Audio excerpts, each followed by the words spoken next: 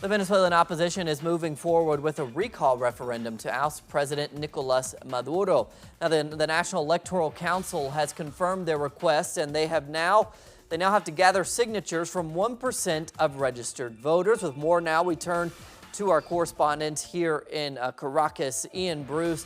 So, Ian, now that we know the opposition has 30 days to gather these signatures, the question here, is that a big task for them?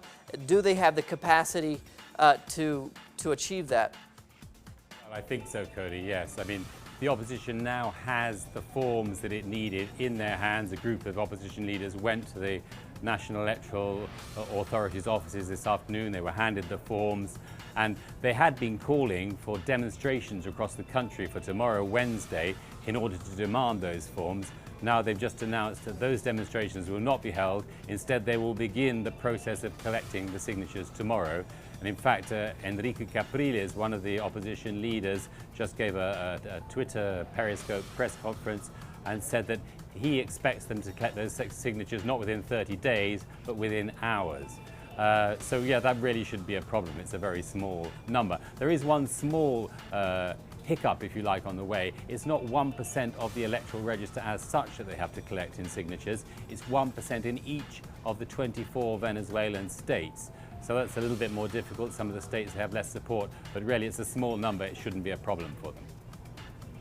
And explain a little bit this process, Ian. Now, this is 1%, as you were saying, and then there will be another process if they achieve that, where they would have to collect even more signatures. I understand even 20%. Is that right?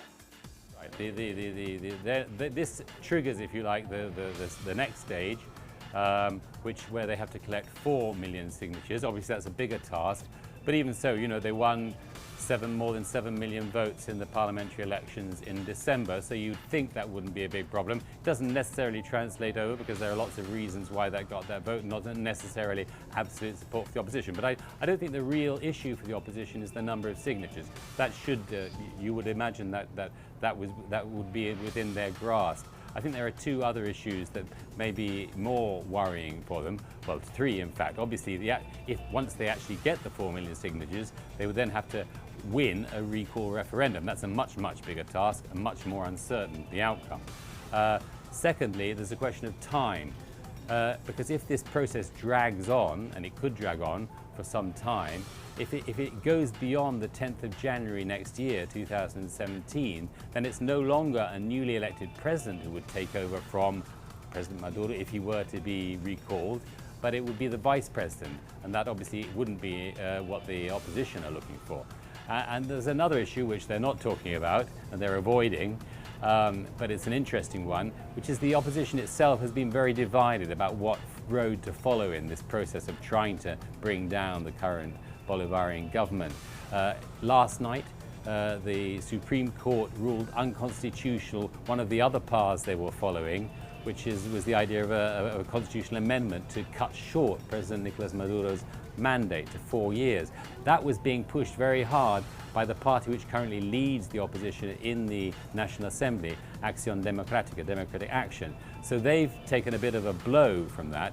It's Primero Justicia, the other main opposition group in the National Assembly, actually the one that has the largest numbers in itself, who have been pushing mainly for the recall referendum. So we're going to have to see how those differences within the opposition play out as well, and to what extent they're able to keep everybody on board.